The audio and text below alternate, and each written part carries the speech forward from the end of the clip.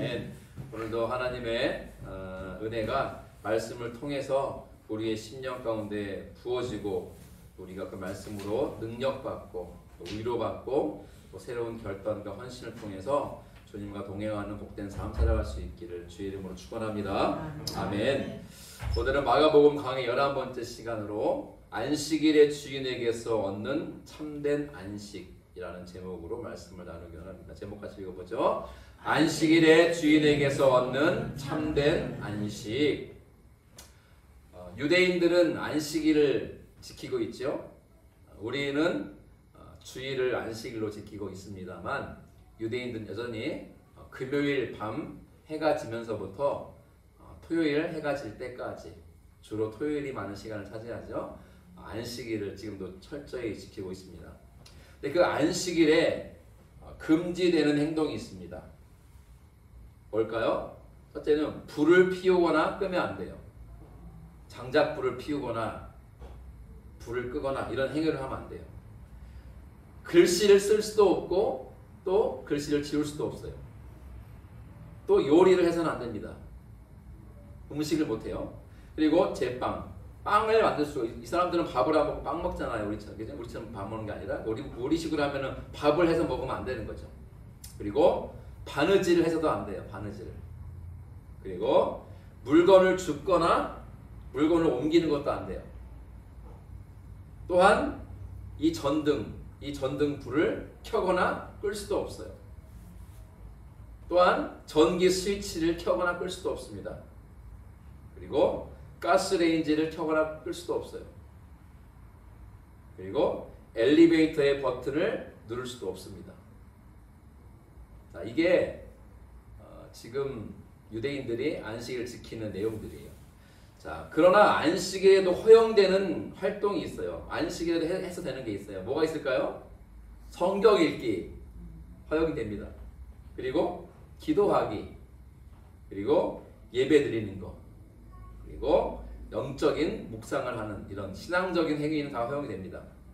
자, 그러면 이러한 안식일 규정을 이 사람들이 유대인들 지키기 위해서 실제 생활을 어떻게 할까 몇 가지를 보면요.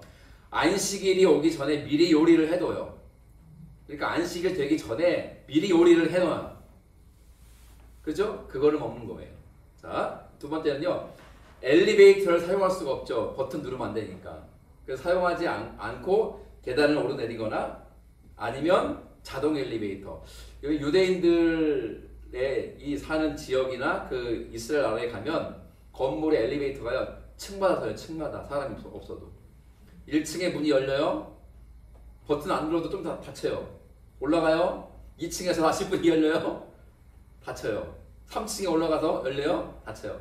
50층짜리 건물이면 50층까지 계속 그렇게 하는 거예요. 사람이 없어도 자동으로. 왜냐하면 엘리베이터 버튼을 누르면 안 되니까. 자, 재밌죠? 그리고 냉장고 문을 열면 안 되잖아요. 그래서 안식일 전에 미리 음식을 꺼내놔요. 먹어야 되니까. 냉장고 문을 열 수가 없으니까 미리 꺼내놔요. 먹을 음식을. 자, 그리고 전기 제품 사용하면 안 되잖아요. 코드를 켜고 빼고 할 수가 없으니까 전기 제품을 사용을 안 하고요. 자동차 운전도 안 하죠. 네, 그러니까 어디 가지는 않죠. 네, 멀리 못 갑니다. 안식일에. 이게 현재 유대인들이 안식일을 지키는 모습입니다. 그럼 하면 어떡해요? 자야죠. 아니요, 안 살 때도 가면 켜지 못해요. 아무것도 못해요. 불을 켤 수가 없으니까. 네. 그러니까 이 어둠 속에서 더듬거리면서 화장실 가서 볼일 보고 그리고 이제 와야죠. 오늘도 못 가겠네. 네? 오늘도 오늘 못 가겠네. 그렇죠. 아니 회당에는 갈 수 있죠. 낮에는. 그러니까 안식일이 낮도 있고 밤이 있잖아요. 하루니까. 근데 낮에는 회당에 가서 예배를 드리죠. 그러니까 말씀드렸잖아요. 예배 드리고 말씀 읽고 기도하는 것은 다 허용된다고요. 근데 일상생활에서 노동, 일하는 건 허용이 안 되기 때문에 요리도 음식도 안 되니까 안식일이 오기 전에 다 해놔야 돼요. 미리 해놓고 근데 집에 놨다가 안식일 딱 되면은 해놓은 음식을 먹는 거예요. 생존을 위해서 먹어야 되니까 먹는 거죠. 네, 그런 식으로 나름대로 이런 것 안식일을 실제 지키고 있다는 거죠. 자, 오늘 본문 내용은요 안식일 법에 관한 내용이에요. 그런데 자칫 좀 딱딱하고 엄격하게 느껴지는 이 안식일 법에 관한 이 본문의 내용이지만 이 말씀 속에는 우리의 멈추어져 있던 심장을 다시 뛰게 하는 것만큼 큰 은혜가 있다는 것을 미리 말씀드리고 싶어요. 2000년 전 예수님이 살았던 당시 이스라엘 나라가 있었던 그 팔레스타인 땅으로 한번 돌아가 보죠. 그리고 그날은 안식일이고 밀밭 사이를 지나고 있습니다. 그리고 곧 이어서 회당에 들어가서 바리새인들과 또 논쟁을 벌이는 일이 발생하죠. 우리는 오늘 안식일 규정이 뭐지? 어떻게 안식일 지키는 거지? 라고 하는 것을 율법적으로 배우는 데에 초점이 있지 않아요. 그게 아니라 안식일의 주인이신 예수 그리스도, 그 예수님의 큰 사랑, 우리를 압도하는 사랑을 만나게 됩니다. 자, 오늘 본문 말씀은요, 이런 배경 속에 있습니다. 유대인들에게 안식일은 어떤 의미일까요? 우리 기독교인들이 주일을 성수하는 것, 어쩌면 비교할 수 없이 더 그들에게는 막강한 강력한 의미를 가진 날이 안식일이에요. 로마 제국에게 나라를 빼앗기고 식민 지배를 받던 때에도 유대인들은 뭘 지켰을까요? 안식일을 지켰어요. 목숨처럼 여기면서 안식일을 지켰어요. 너 안식일 날 회당 가서 예배 드릴래? 죽을래? 하면요, 나를 죽이시오. 그런데 모든 유대인들이 그러니까 다 죽을 수는 없잖아요. 그러니까 못 죽이는 거예요. 로마가 그랬어요. 그래, 안식일은 니네들이 예배드리고 니네들의 법을 따라 안식을 지켜라. 허용해 줬어요. 할 수 없이. 그 정도로 안식일은 유대인들이 목숨과 같이 여기는 그들의 신앙의 초석이에요. 초석. 그래서 근데 성경에 보면은 율법에 안식일을 거룩하게 지키라 되어 있지만 구체적으로 내용이 자세히 나와 있지는 않기 때문에 어떻게 지키는 게 안식일을 잘 지키는 것인가 라고 하는 것들을 성경학자들과 종교 지도자들이 만들었어요. 그래서 대표적인 게 39가지의 규정을 만들었죠. 그 중에 대표적인 게 밭에 나가서 씨를 뿌리면 돼요, 안 돼요? 안 돼요. 그리고 무거운 짐을 나를 수 있어요, 없어요? 못해요. 밭을 갈 수도 없어요. 곡식을 거둘 수도 없어요. 곡식단을 묶을 수도 없어요. 그러니까 자세하게 39가지의 구체적인 규정들을 이후로 만들었죠. 그런데 여러분, 안식일의 참된 의미의 핵심은 뭘까요?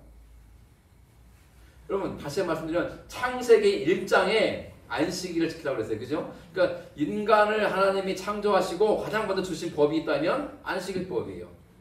오죽하면 창세기 1장에 나오겠어요. 그렇죠? 그러니까 목숨처럼 지켜야 되는 게 안식일법이에요. 그런데 안식일을 우리에게 정해주시고 지켜라 하신 목적과 이유가 뭘까요? 핵심이. 우리에게 뭘 주시려고? 이 날의 이름을 생각해 보세요. 예, 안식을 주고 쉼을 주려고 허락하신 날이에요. 여러분, 이게 핵심이에요. 이게 놓쳐버리면 안 돼요.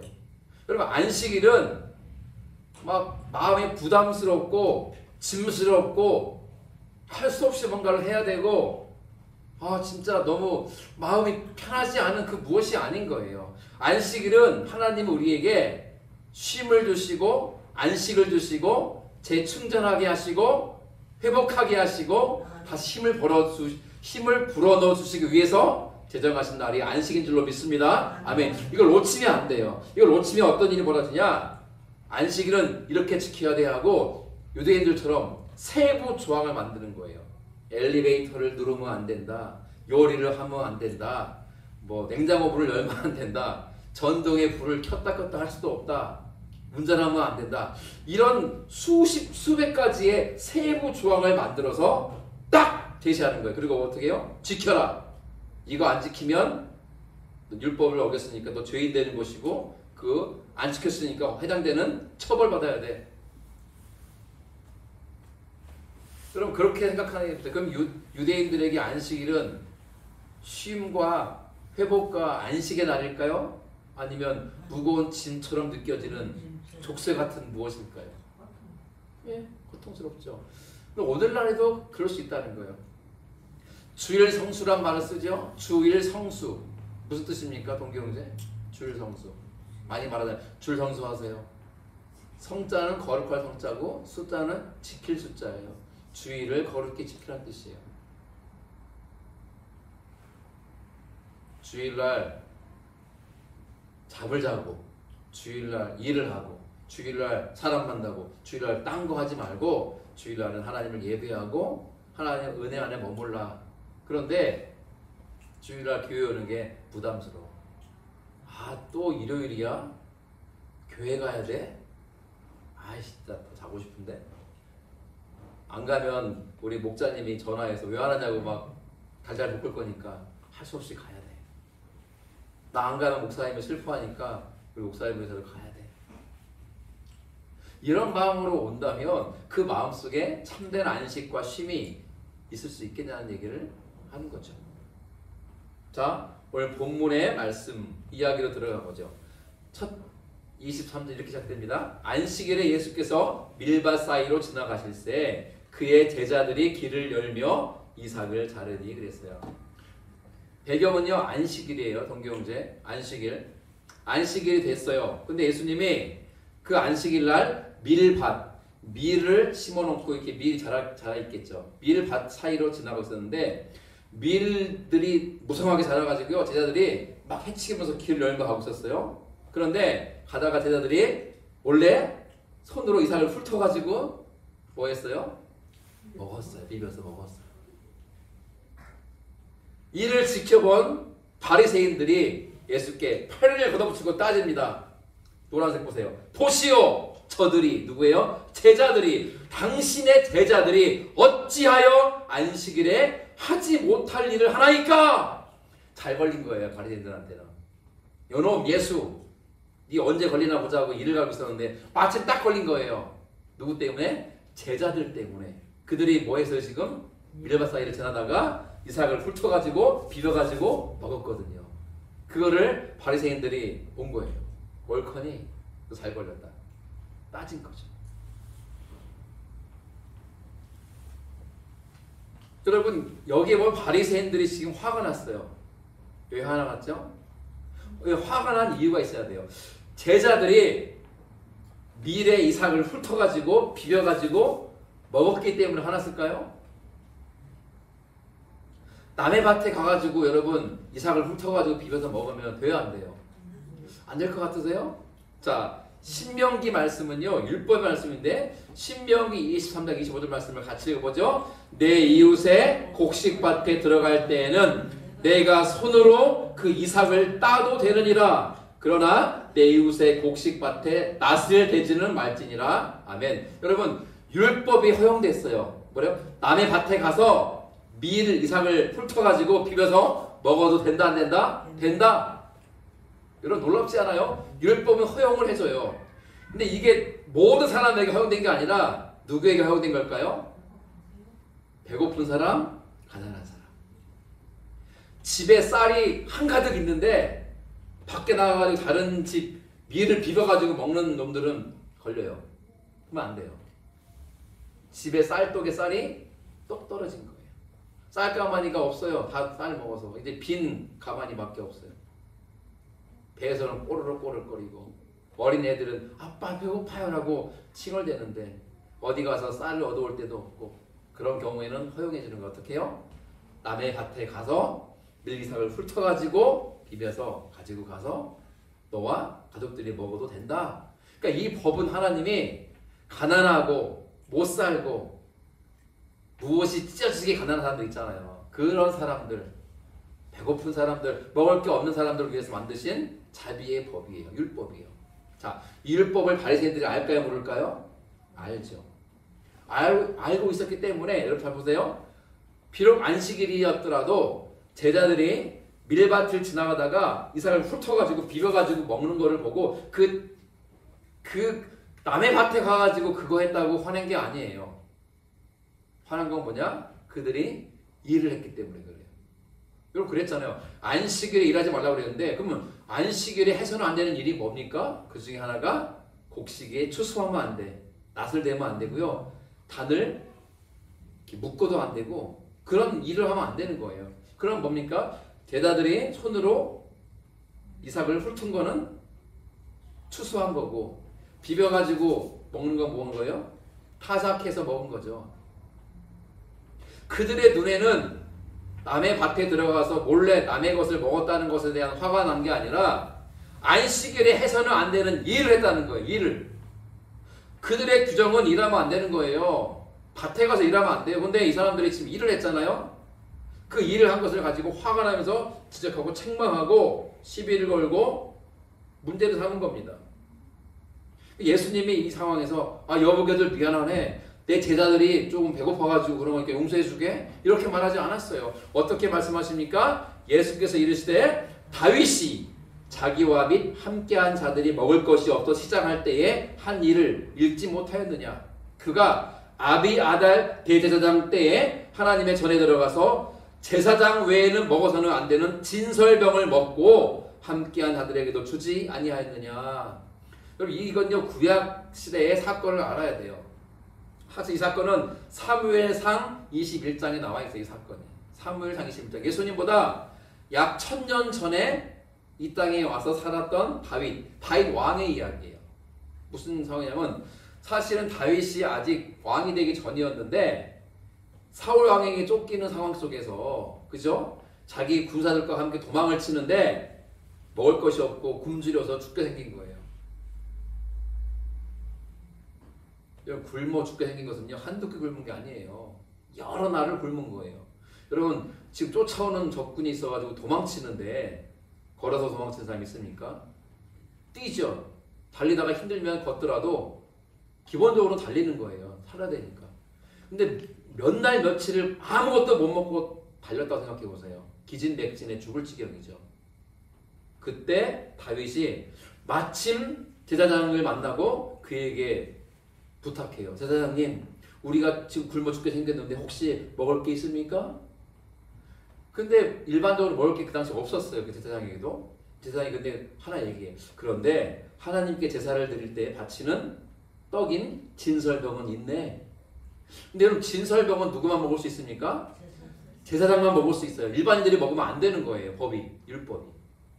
그런데도 제사장이 그것을 내어줍니다. 그래서 다윗이 먹고 함께하는 군인들에게도 주어서 먹고 힘을 내서 다시 그 길을 가게 해요.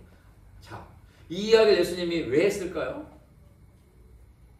여러분 이 이야기를 보면 다윗이 율법을 어긴 거예요. 무슨 율법 어긴 거죠? 제사장만 먹을 수 있는 진설병을 제사장이 아닌 다윗과 그의 군인들이 먹었으니까. 그런데 그것을 하나님이 허용해 줬어요. 왜요? 죽게 생겼으니까. 여러분 법보다 중요한 게 뭡니까? 사람을 살리는 거예요.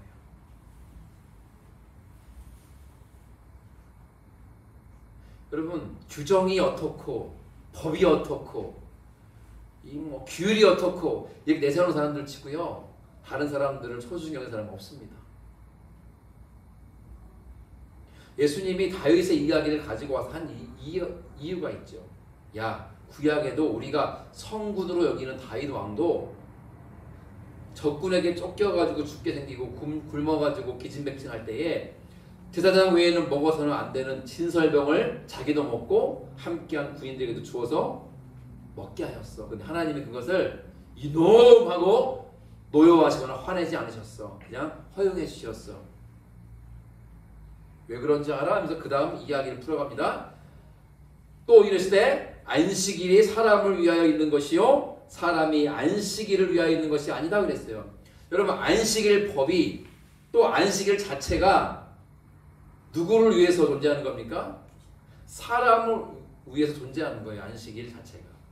그러니까 사람에게 쉼과 안식과 회복을 주기 위해서 존재하는 게 안식일인데 바뀐 거예요. 어떻게? 사람이 존재하는 이유는 안식일을 지키기 위해서 바뀐 거예요. 사람 생각이. 이러면 웃음이 납니까? 이렇게 살아가는 인간들은 많다는 거예요. 여러분. 무엇이 중요한지를 모르는 거예요. 예수님의 마지막 결론을 이렇게 말씀하세요. 28절 같이 읽어볼게요. 이러므로 인자는 안식일에도 주인이니라. 아멘. 인자는 누구를 가리킵니까? 예수님 당신을 가리켰어요. 예수님은 자기 자신을 가리켜서 인자, 사람의 아들로 가리켰어요. 이 부분에 대해서는 뭐 길게 설명할 내용이 있어요. 논문 한 권이 나와요. 인자에 대한 연구, 논문 주제예요. 이만한 논문이 한 권이 나와요. 왜 예수님은 하나님의 아들이신데 자기를 인자라고 불렀을까? 그 이야기 나중에 하도록 하고요. 하여간 예수님은 자기 자신을 가리켜 항상 인자라고 불렀어요. 인자는. 근데 인자는 누구게? 예수님이 안식일에도 주인이다. 그 말은 뭐예요? 평일날도 그 날의 주인은 예수님이신데 안식일조차도 내가 주인이다. 선포하고 선언하세요. 여러분, 그러면 종과 주인의 관계에서 종은 누구의 뜻을 따라야 됩니까? 주인. 그러면 안식일에도 주인이 우리 주님이신 예수님이라면 우린 누구의 뜻을 따라 살아야 됩니까? 예수님의 뜻을 살아야 돼요. 예수님은 하나님의 뜻을 그대로 이루신 분이니까 예수님을 따라 살아가면 결국 하나님을 따라 살아가는 것과 마찬가지인 거죠. 야, 니네들이 안식일 지킨다고 이거 하지마, 이거 하지마, 이거 하지마, 이거 하지마 다 수십 가지 정해놓고 그대로 살라고 제시하면 누가 그렇게 할 수가 있냐? 안식일은 쉬는 날이고 안식한 날이고 회복되고 치유되는 날인데 그거는 다 내팽개치고 어찌 무거운 짐을 지어주고 니네도 지키지 못하면서 다른 사람도 지키지 못하게 하느냐? 주인의 뜻은 그게 아닌데 주인은 제쳐두고 니네들 마음대로 그렇게 살아오겠느냐라고 지적하시는 거예요. 자, 이제 두 번째 사건으로 넘어가죠. 같은 날 벌어진 사건이에요. 자, 그런데 여기서 하나 이거 한번 짚고 넘어가죠. 여기 보면 28절에 주인이라는 단어가 나와요. 그죠? 안식일에도 주인이다 그랬어요. 주인은요, 헬라어로 큐리오스라고 그래요. 큐리오스. 여러분, 뭐 기방 한번 했으니까 헬라어 한번 읽어보죠. 큐리오스. 큐리오스. 여러분, 헬라어 하나 또 배우신 거예요. 큐리오스는 주인 혹은 주님 이런 뜻이에요. 근데 이 주님이라는 이 호칭은 누구에게 쓰던 호칭이냐면 구약시대에 하나님을 부를 때 쓰는 이름이었어요. 여러분, 유대인들은요, 우리처럼 하나님 이렇게 못 불러요. 두려운 분이라서. 그리고 하나님의 고유 명사인, 고유 이름인 여호와도 못 불렀어요. 너무 위대하시고 크신 분이라서. 그래서 뭐라 불렀냐? 주님 불렀어요. 이렇게 하나님을 주님이라고 불렀어요. 그게 이제 히브리어로 아도나이라고 하는데 아도나이 불렀어요. 주님. 근데 그 주님이라는 말이 신약으로 오면서 헬라어는 퀴리오스예요. 이 퀴리오스는 주인이라는 뜻인데 이 주인이라는 뜻은 어떤 걸 소유하고 있는 그런 주인, 관리자 이런 따위의 뜻이 아니라 하나님의 이름을 대신하는 이름이라고 했잖아요. 그래서 이것은 절대적인 권위와 통치권을 가진 대상을 가리켜 쓰는 말이에요. 퀴리오스. 그러니까 예수님이 당신을 가리켜서 나는 안식일에도 주인이다. 이 말은 예수님의 신성, 하나님 되심을 선포하는 거예요. 내가 모든 날의 주인이다. 주인이 절대적인 권위를 갖고 주인이 다스리는 거죠. 그러니 우리는 주인의 뜻을 따라야 된다. 이 말씀을 강조해서 하는 겁니다. 자, 이제 본문의 내용은 3장으로 넘어와서 이렇게 이어갑니다. 1절에 보면 예수께서 다시 회당에 들어가시니 예수님은 주일마다 안식일마다 회당에 가셨는데 다시 간 거예요. 그날 안식일이었으니까. 그죠? 그러니까 밀밭 사이를 왜 지나갔을까 보면요. 회당에 가려고 가는 길이었던 것 같아요. 그죠? 예, 회당에 도착했습니다. 들어갔어요.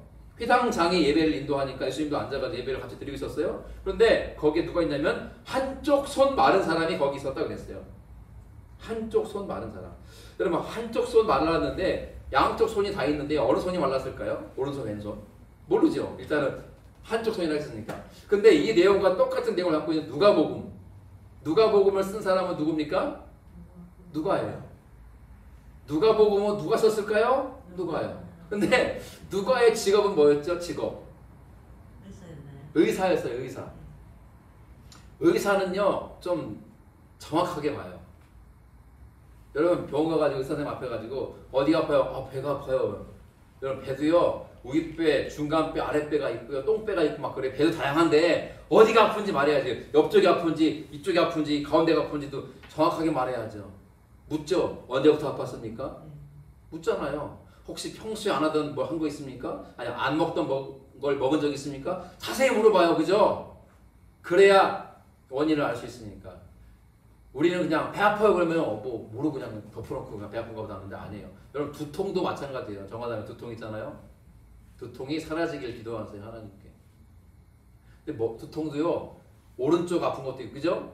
왼쪽 머리 우위 뒤통수 앞통수 다 달라요. 이유가 달라 이유가.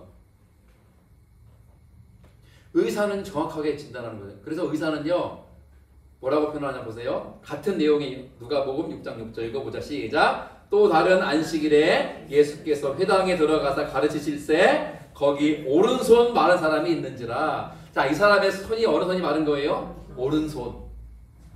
그러니까 누가는 의사이기 때문에 정확하게 썼어요. 오른손이라고. 근데 마가는 의사가 아니거든요. 그러니까 헷갈린 거예요. 기억이. 그랬나? 뭐 어느 손인지 모르니까 그냥 한쪽 손 마른 사람으로 표현했는데 실제로는 오른손이 마른 사람이에요. 여러분 대부분의 사람들이 왼손잡이 오른손잡이에요? 오른손잡이가 대부분이고요. 소수 왼손잡이가 있어요. 목부님 왼손잡이죠? 예, 왼손잡이. 왼손잡이가 머리 좋다는 말이 있는데 예술가도 많다고 하는데 예. 오른손. 그런데 여러분 오른손이라는 것은 뭐 하는 손입니까? 남자에게는 일할 때 쓰는 손이잖아요. 그런데 일을 해서 여러분 몸으로 일을 하잖아요. 일을 할 때 오른손이 중요해요. 힘쓰는 손이니까. 오른손으로 일을 다 거의 다 해요. 그죠? 홍경제? 왼손은 그냥 잡아주는 정도고 힘은 오른손이 써요 주로. 근데 그 힘써서 일하는 사람에게 오른손이 말라서 이렇게 굳어있다. 그게 뭘 의미하는 걸까요? 돈벌이 못한다는 뜻이죠. 돈벌이 못하면요 나 혼자 배고르는 게 아니라 딸린 식구들, 처자식들, 가족들 같이 못 먹는 거예요. 여러분 손이 마른 사람은요 그냥 아유 좀 손이 이렇게 말랐을까 불쌍하다 이 차원이 아니라 정말 가엾은 사람인 거예요. 동경제 인력사무소에 가서 손이 장애가 있는 사람이 일하러 가면은 일을 줘요 안 줘요? 솔직히 말해서 안 주죠. 혹시 준다 해도 공사판에서 쓰레기나 줍는 아주 돈도 안 되는 적게 주는 일을 시키겠지. 그것도 그나마 불쌍하니까 일을 시켜주겠지. 웬만하면 안 시키겠죠. 차라리 두 손 팔팔한 아주머니가 일을 잘할걸요. 훨씬. 한 손이 힘쓰는 오른손이 이렇게 말라가지고 이렇게 장애가 있는 사람이 한 손으로 일을 하는데 이게 되겠냐고요. 오른손이 말라서 이렇게 몸에 붙어있는 이렇게 손을 펼 수도 없는 사람이 장애를 가진 사람이 거기 있었어. 네, 여러분 여기서 손이 말랐다 마르다라는 뜻은 무슨 뜻이냐면요 그 뜻 자체가 말라버리다 건조하다는 뜻인데 이것의 진짜 의미는 생명의 물 생명의 수액이 끊겨버린 상태인 거예요. 여러분 나뭇가지가 꺾인서 나무에서 가지가 떨어져 나오면은 어떻게 됩니까? 말라버리는데 처음에는 물기가 있기 때문에 살아있는 것 같아요. 근데 좀 지나서 바짝 말라버린 거 있죠. 나뭇가지 꺾인 거 바짝 마른 거. 아 보신 적 없으세요? 대답 좀 해주셔야 좀 예. 바짝 마른 나뭇가지 같은 상태가 여기서 손이 말랐다라는 뜻이에요. 죽은 나뭇가지 같은 상태. 그러니까 손이 말랐는데 폈다 오므렸다 할 수 있는 게 아니라 마른 나뭇가지 죽어있는 나뭇가지처럼 이렇게 바짝 찌그러져 가지고 손을 펼 수가 없는 거예요. 이렇게 펼 수가 없는 상태. 심각한 거죠. 그 사람이 회당에 앉아있는 것을 봤어요. 그런데 끔찍한 일이 벌어집니다. 2절 사람들 바리새인들이죠. 예수를 고발하려 하여 안식일에 그 사람을 고치시는가 주시하고 있거늘. 나쁜 놈들이죠. 여러분 덫 함정 알죠? 예전에 사냥할 때 토끼 잡으려고 이게 덫도 놓고 함정 팔고 그러잖아요. 저도 해봤거든요. 산에서 토끼 잡으려고 땅을 막 파놓고 여기다가 나무까지 살짝 얹어놔가지고 토끼가 막 지나가다 푹 빠지면 못 나오게끔 해가지고 토끼 잡고 그랬잖아요. 안 해봤어요? 덫도 있죠. 이렇게 딱 먹을 거 놓으면은 먹으려고 하다가 이게 탁! 예. 덫 잡히면은 잡는 거예요. 멧돼지도 잡고 그랬잖아요. 옛날에 그 덫 함정. 지금 이 사람들이 손 마른 사람이 회당에 들어오기가 어려워요. 장애가 있으니까. 근데 일부러 데려다 앉힌 이유가 있어요. 누구를 고발하려고? 예수를. 나쁜 놈들이죠. 제가 설교단에 섰으니까 내가 언어를 순화해서 말합니다. 제 평소 같으면 험하게 욕했을 텐데 나쁜 놈들이죠. 예수를 지켜보고 있는 거예요. 저 예수가 안식일인데 저 손 마른 사람을 고치시나 안 고치시나 지켜보는 거예요. 여기서 주시하다란 무슨 뜻입니까? 나쁜 의도, 악의를 가지고 곁에서 끈질기게 감시하는 걸 말하는 거예요. 나쁜 놈들인 거죠. 지켜보는 거예요. 걸릴 때까지, 함정에 빠질 때까지. 예수님이 그걸 알아요, 몰라요? 알죠. 3절 예수께서 손 마른 사람에게 말합니다. 한가운데에 일어서라. 여러분, 손 마른 사람이 회당에 한가운데 있었을까요? 저 뒤쪽 구석에 있었을까요? 당연하죠. 회당에 원래 못 들어와요. 이 장애 있는 사람들은. 그런데도 사람들이 일부러 들어오라고 그랬잖아요. 예수님 고발하려고. 그러니까 그 사람이 어디 있었겠냐고. 아마 저 뒷자락에 구석에 쭈그리고 있었을 거예요. 이렇게 사람들이 창피하니까 이런 모습 보이기 싫으니까. 예수님이 오라고 그래요. 와. 앞에 서라. 한가운데 서라는. 대놓고 이제 보여주려고. 그러니까 바리새인들이 딱 예수님 보면서 저 인간이 또 손 마른 사람을 고치시나 보자. 만약에 고치면 뭐 한 거예요? 일한 거니까. 일하면 돼요? 안 돼요? 안 되는 거예요. 일을 하면은 안식일 법을 어겼으니까 예수를 고소하려고 딱 지켜보고 있는 거예요. 여러분 이거 알고 있으면은 고쳐야 돼요? 안 고쳐야 돼요?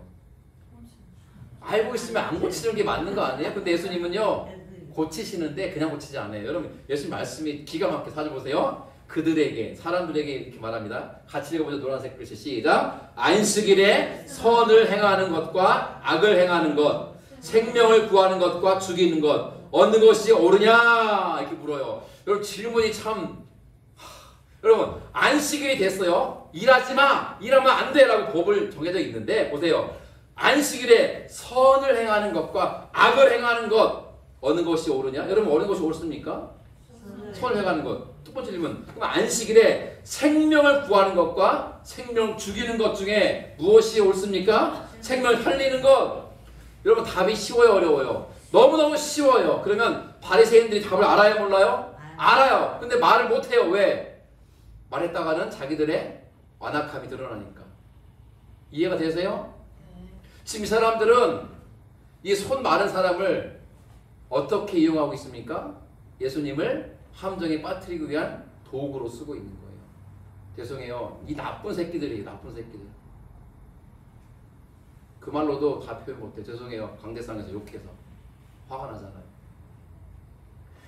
여러분 손 마른 사람은요. 말씀드렸잖아요. 밥벌이를 못한다고요. 그러면 자기만 배고프는 게 아니라 아내도 자식 새끼도. 여러분 가난한 집에는 뭐가 많아요? 집에 가면? 자식이 이렇게 많아요. 아 진짜 가난한 집은 자식이 많아 이상하게. 자식적 한 두세 명만 낳지. 가면 막 6명, 7명, 8명 막 자식이. 어휴, 옛날에는요. 자식이 왜 이렇게 많이 낳았어요, 권사님? 옛날에 이렇게 자식을 많이 낳았어요. 가난한데. 손만 잡고 사는 데도 애가 생기니까. 사나제 없으니까 그렇죠, 그죠? 막 생기는 거죠, 그냥. 손만 잡으면 애가 생기는 거예요. 가난하면 좀 자식을 덜 낳으면 좀 덜 고달픈데 자식이 너무 많아. 그러면요 더 고달픈 거예요. 애들은 막 해서 아빠가 말하고 아빠 배고파요. 요즘 같은 먹을 기가 많은 시대는요 아무거나 먹고 있던.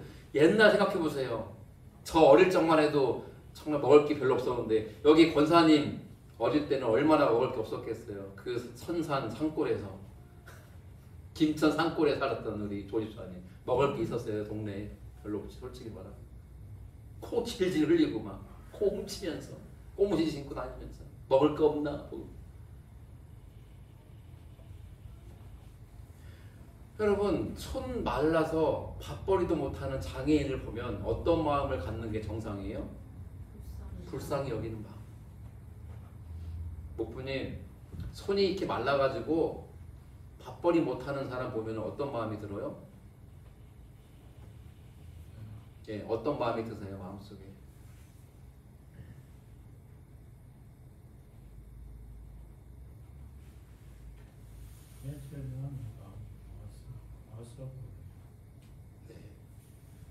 아니, 그러니까 손이 말라 비틀어가지고 장애가 있는 사람을 보면 어떤 마음이 드냐고요. 불쌍한 마음이 듭니까? 아니면 에이 센통이다, 꼴 좋다, 그런 마음이 듭니까? 당연히 불쌍히 여기는 마음이 드는 거죠. 그게 인간으로 느끼는 인간다운 마음의 상태인 거예요. 여러분, 치질이 가난한 사람 보면요 측은한 마음이 드는 거고, 어릴 때 조실 부모가 다 죽어가지고 어릴 때부터 고아가 된 사람을 보면요 안타까운 마음을 갖는 거고, 질병과 사고로 인해서 고통당한 사람을 보면요 긍휼한 마음을 갖는 게 당연한 거예요. 그게 옳은 거예요. 그러니까 신앙을 떠나서 인간으로서 갖는 당연한 마음인 거예요. 그렇잖아요. 그런데 손이 말라 비틀어져 가지고 마른 죽은 나뭇가지처럼 변해버린 손을 갖고 살아가는, 일을 일당도 못해요. 공사판도 못 가요. 일용직도 얻기가 힘들어요. 그냥 넉마나 죽고 쓰레기나 죽도 하는 거예요. 그런 사람을 이용해서 예수를 고발하는 빌미를 삼는다는 것이 얼마나 악한 인간들이냐고요. 그 사람 보고 측은한 마음이 안 들어요? 불쌍한 마음이 안 들어요? 여러분, 오늘 본문은 뭐를 고발하냐? 손이 말라 비틀어진 불쌍한 그 사람을 고발하는 게 아니라 그들의 영혼이 바짝 말라버린 완악한 마음을 가진 바리새인들을 고발하는 거예요.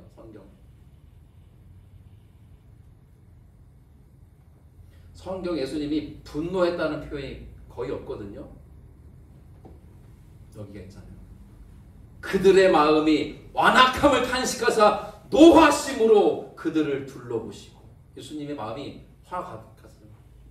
어찌 니네들이 신앙인이라고 말하면서, 어찌 니네들이 율법을 지킨다고 말하면서, 어찌 니네들이 여호와 하나님을 섬긴다고 말하면서 마음이 그리 완악하냐 하고 분노하시는 거예요. 완악하다 뭡니까? 여러분, 제가 공부를 해본 거예요. 완악하다는 말의 어원이 대리석 알죠? 대리석, 돌멩이, 단단한 거. 대리석이 일종의 다공질 돌을 가리킬 때 쓰는 말이었는데, 원래 뜻이 돌멩이, 단단한 돌멩이. 나중에는 의학용어로 바뀌었대요.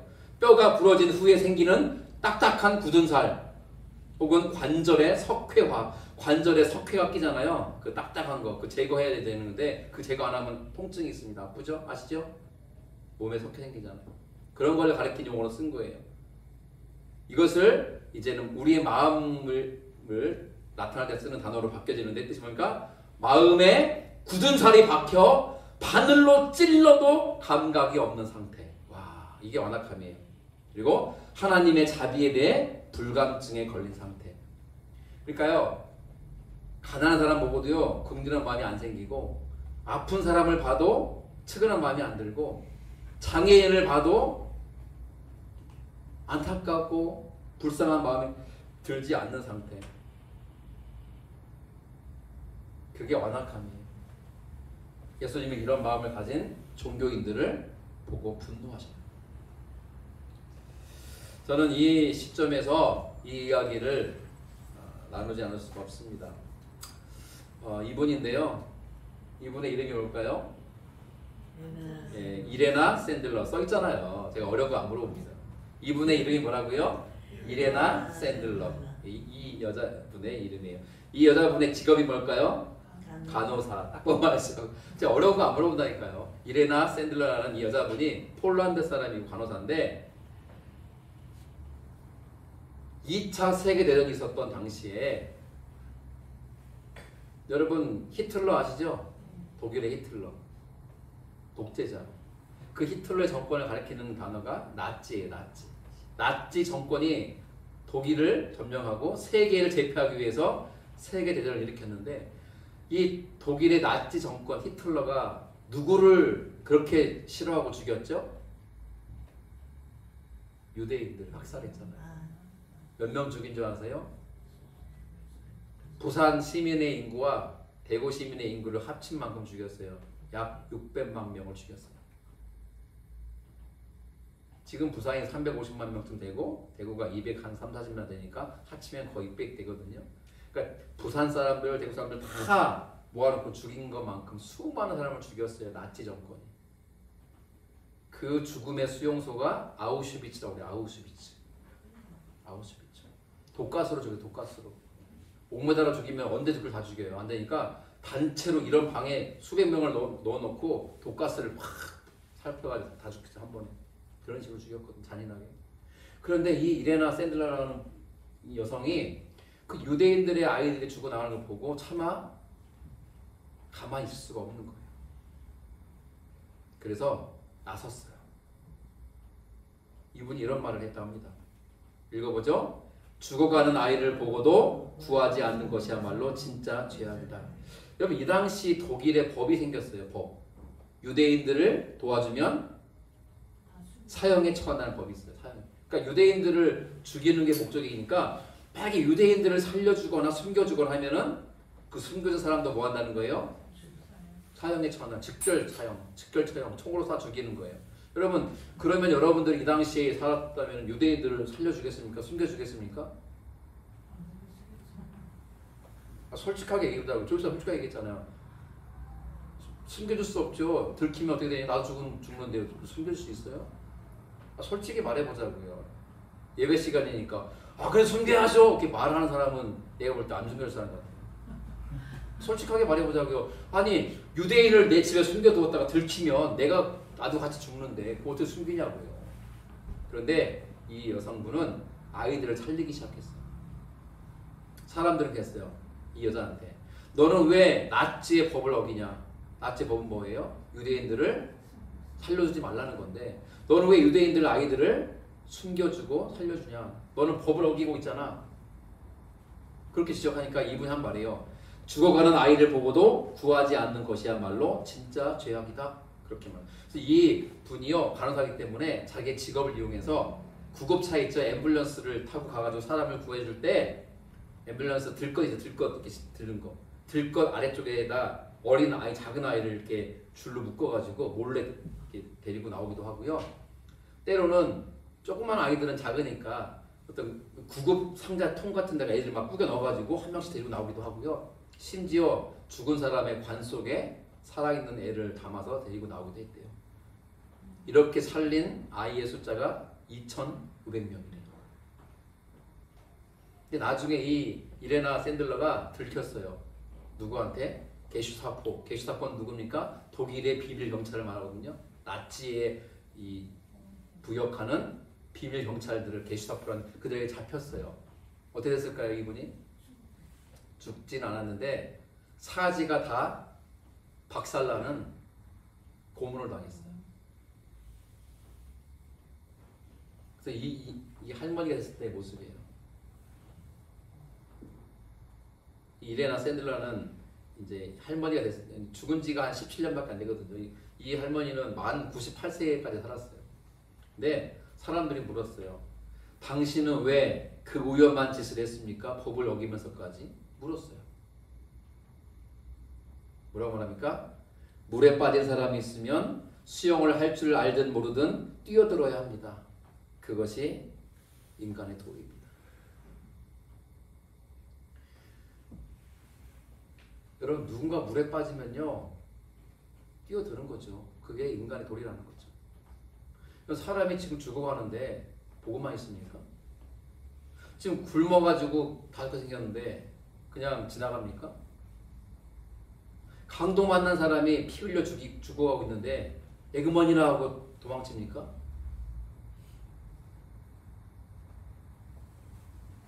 오늘 예수님이 그 회당 안에서 손 말라서 비참하게 살아가는 그 사람, 바리새인들이 빌미와 덫으로 가지고 쓰려고 했던 사람, 그 사람을 보고 예수님이 법을 어기나 안 어기나 보자 하고 주시하고 있는 그들의 완악함을 보시고 화가 났잖아요. 예수님 분노하십니다. 그리고 그 사람을 한가운데 세웠잖아요. 그죠? 그럼 어떻게 하십니까? 그 사람에게 계실 때 내 손을 내밀라 하세요. 예수님이 그 사람에게 명령하신 말씀이 어떻게 느껴집니까?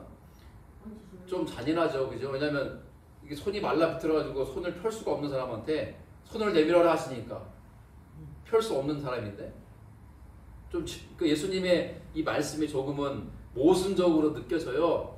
근데 여러분 여기서 기적이 일어나는 거예요. 얘야 네 손을 내밀어라 했을 때 그 사람이 예수요 나는 손이 오그라들고 말라비틀어서 펼 수가 없고 움직일 수가 없는데 어떻게 손을 필요하십니까? 라고 했으면 고침받지 못했죠. 어떻게 합니까?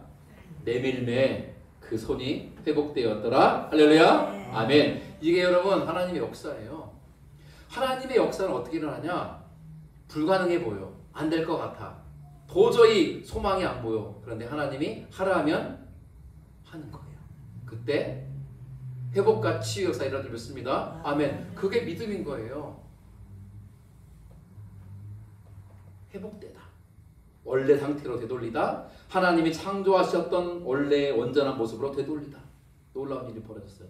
오늘 본문의 마지막 절이 남아있어요. 가슴 아픈 얘기죠. 같이 읽어볼게요. 시작. 바리새인들이 나가서 곧 헤롯 왕과 함께 어떻게 하여 예수를 죽일까 의논하니라. 바리새인들과 헤롯 왕은요 원수지간이에요. 왜냐하면 바리새인들은 자기들의 민족주의자이고 율법주의자인데 헤롯 왕은 뭐냐면 로마에 빌붙어가지고 세속주의자, 살기 위해서 야합한 자들이에요. 그러니까 바리새인들이 볼 때 헤롯 왕은 어떤 사람이냐면 매국노들, 나쁜 인간들인데 원수들이 손잡았어요. 뭐 하려고? 예수를 죽이려고. 야, 이 원수지간도요 손잡아요. 공공의 적이 생기면 예수를 죽이려고. 이 날이 무슨 날이라고요? 안식일. 안식일은 무슨 날이에요? 쉼과 안식과 회복이 있지만 생명을 살리는 날이고 선한 일을 하는 날인데 그 날에 모의를 꾸며요? 예수를 죽이려는 모의를 꾸미는 이들. 오늘 말씀은 여기까지입니다. 여러분 주일날 하나님을 예배하러 오는 것이 기쁘고 설레고 기대가 되십니까? 아니면 아유 오늘 또 교회 가는 안 가면 전화 올 텐데 안 가면 저 찾아올 텐데 그래서 옵니까? 주님의 말씀에 귀를 기울이십시오. 마태복음 11장 28절 같이 있습니다. 시작. 수고하고 무거운 짐진 자들아 다 내게로 오라. 내가 너희를 쉬게 하리라. 아멘. 우리 인생의 수고와 무거운 짐은 주님께 맡길 때 비로소 쉼이 있는 줄로 믿습니다. 아멘. 주일은 그런 날이에요. 주님께 내 모든 근심과 염려와 걱정과 수고로운 짐을 다 맡겨드리고 주님이 주시는 평안과 위로와 회복과 치유와 재충전과 다시 살게 하시는 은혜를 입는 날이 주일이고 그런 우리가 그렇지 못한 사람들에게 나아가 참된 안식을 주시는 안식일의 주인 되신 주님께로 인도하는 날, 그날이 바로 안식일의 참된 의미라고 오늘 본문 우리에게 가르쳐주고 있습니다. 사랑하는 대구드림교 성도 여러분, 혹시 우리 안에 그 손이 말라버린 사람처럼 내 영혼이 말라버리고 내 마음이 오그라들고 나의 삶이 찌그러져 있는 사람이 있습니까? 뭐 해도 안 되는 여러 번의 실패로 인한 내 오그라든 자신감, 여러 가지 상처로 인해서 말라버린 나의 감정, 혹은 죄책감으로 인해 마비된 나의 양심이나 나의 영혼. 주님은 우리에게 뭐라고 말씀하십니까? 너의 그 말라 비틀린 손을 내밀어라. 우리가 내밀면 나의 수치와 부끄러움 주님께 맡겨드리면 나의 돌과 같이 굳은 마음을 주님께 녹여주시고 굳은 손을 펴주시며 굳은 다리를 서게 하시며 걷게 하실 줄로 믿습니다. 그 은혜가 우리 삶에 날마다 경험되어지기를, 그리고 그 주님의 안식과 평안과 기쁨을 다른 이들에게 전할 수 있는 삶을 살 수 있기를 주 이름으로 축원합니다. 아멘. 다 함께 일어나